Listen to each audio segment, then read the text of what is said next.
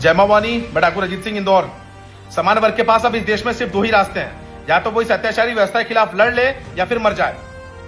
भारत देश में इस समय 66 lakh SC students, 27 lakh ST students और 1 crore 63 lakh OBC student graduate level पर पढ़ाई कर रहे हैं, जो कुल स्टूडेंट का 62% है।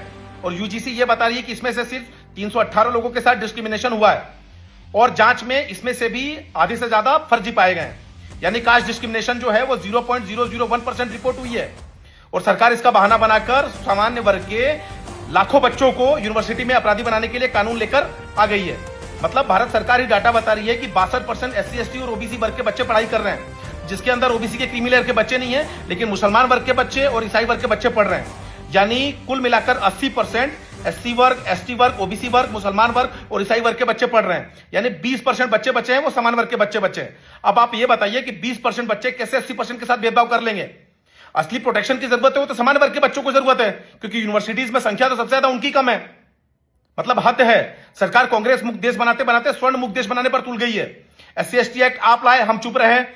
जातिगत जनगणना आप लाए, हम उस पर भी चुप रहे। अब आप यूजीसी एक्ट लेकर आए हो। मतलब क्या है, स्वर्णों को जीने देना चाहते हैं कि नहीं जीने देना चाहते हैं, या फिर एक कसम ही खाली है कि स्वर्णों को एकदम खत्म करके ही मानेंगे?